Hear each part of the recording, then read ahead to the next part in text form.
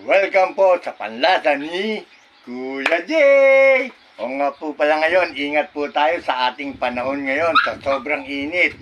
Ngayon po, kaya po ako naka-face mask. Galing po ako sa trangkaso, may konting ubo. Pero, magaling na po si Kuya Jay. Ngayon po, ang ating pong menu ay magluluto po tayo ng kari-karing pata ng baboy. Ayan po. Ito po ang pata, pechay, sitaw, talong, saka ang puso ni Ate Gina. Siyempre, kailangan with bagong. Ito po bagong, ito po panggisa sa bagong. Ito naman po sa kare-kare, yung peanut butter, garlic, saka yung sibuyas. Siyempre, at suwete para sa ating kare-kare. Yan, ngayon po ay igigisa na po natin yung bagong ni Kuya Jay. Ayan po, igigisa na po natin ang bagong. Ayan po yung bawang, sibuyas. Siyempre, palalabasin po natin ang aroma. Ayan po ang sili. Ayan po ang bagong. Ayan.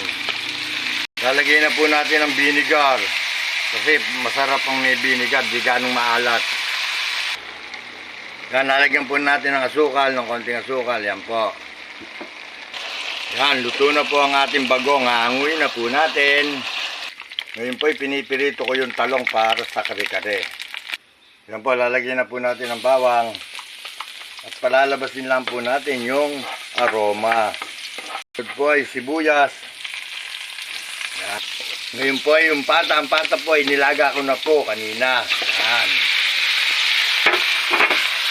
Pata ng baboy.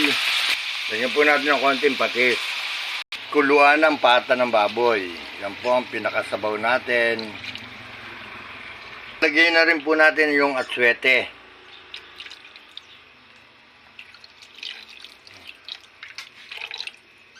Po, gumukulo na po, lalagay na po natin yung peanut butter. Yan po. Yan. Hanggang lumapot siya. Yan po, lalagay na po natin ang puso ng saging. Malinis po ang aking kamay. Yan. Yan po, ang sitaw naman po. Yan po, pechay naman po. Ayan. Ang masarap. Ngayon po, iluto na po ang ating kare-kare. Ito na po ang aming kare-karing pata ng baboy. Luto na po siya. Ayan po. Ito ang bagong. Ayan po. Maraming salamat po sa panlasa ni Kuya Jay. Hanggang sa muli po. Sa panahon po, mag-ingat po tayo ha.